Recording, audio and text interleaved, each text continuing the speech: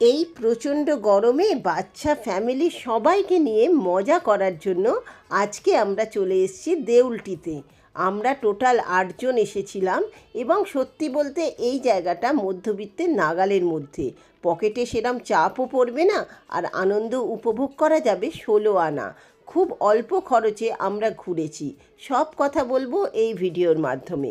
এখানে এসে আমরা একটা রুম বুক করেছিলাম, রুমের ভাড়া নিয়েছিল 1800 টাকা, এসি রুম।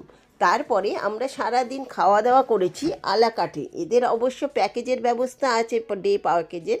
আমরা ডে প্যাকেজে ঢুকিনি, আমরা আলাকাটে করেছি। আলাকাটে খাওয়া দাওয়া আর থাকা নিয়ে আমাদের পার হেড 711 টাকা করে পড়েছিল।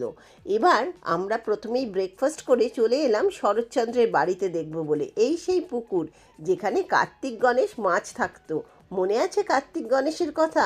শরৎচন্দ্রের উপন্যাসে ছোটোবেলায় সবাই পড়েছি। এই বাড়িতেই লেখক তার জীবনের শেষ দিনগুলি কাটিয়েছিলেন এবং এই বাড়ির গুরুত্ব ইতিহাসে অপরিসীম। এই সেই ঘর যেখানে পিছনে রূপনারায়ণ নদী দিয়ে গুপ্তপথে সুভাষ বোস, রাসবিহারী বসু, চিত্তরঞ্জন দাসের মতো বিপ্লবীরা এখানে এসে তাদের গুপ্ত মিটিং করতেন স্বাধীনতা সংগ্রামের। এই সেই ঘড়ি যেটা 100 বছর আগের পুরনো, কিন্তু আজও সমানে চলে। 7 দিনে একবার দম দিলেই ঘড়ি আপন মনে চলতে থাকে। এই সেই চেয়ার, এই সেই লেখার জায়গা যেখানে লেখক বসে ঐতিহাসিক উপন্যাসের সৃষ্টি করেছেন। এই সেই বেতের চেয়ার যেখানে বসে লেখক গরিব দুঃখী মানুষদেরকে হোমিওপ্যাথি ওষুধ দিতেন। কারণ আমরা জানি শরৎচন্দ্র চট্টোপাধ্যায় পেশায় একজন ডাক্তারও ছিলেন বটে। এবং এই সেই রূপনারায়ণ নদী একদম বাড়ির পিছন দিকেই। আমরা চলে এলাম রূপনারায়ণ নদীতে। গরমে যে কি ভালো লাগছিল, নদীর ঠান্ডা হাওয়ায় প্রাণটা আমাদের জুড়িয়ে গেল। আমাদের এত ভালো লাগছিল বলে বোঝাতে পারবো না। বিশাল চওড়া রূপনারায়ণ নদীর সামনে দাঁড়িয়ে আমরা কিছু ফটো টটো তুলে চলে এলাম সোজা সুইমিং পুলে।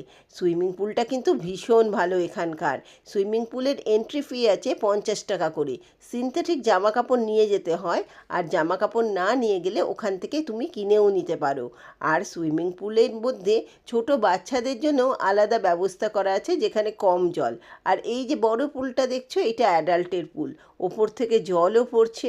আমরা তো ভীষণ মজা করেছি, ভীষণ আনন্দ করেছি। সঙ্গে ডিজের গান চলছিল, নাচ গান হই হল্লা কিচ্ছু বাদ যায়নি। আমরা প্রচণ্ড মজা করে সুইমিং পুলে কাটিয়েছি এবং ড্রিঙ্কসও খেয়েছি। তারপর করে খাওয়া দাওয়া সেরে এবার বাড়ির পথে রওনা হওয়ার পালা।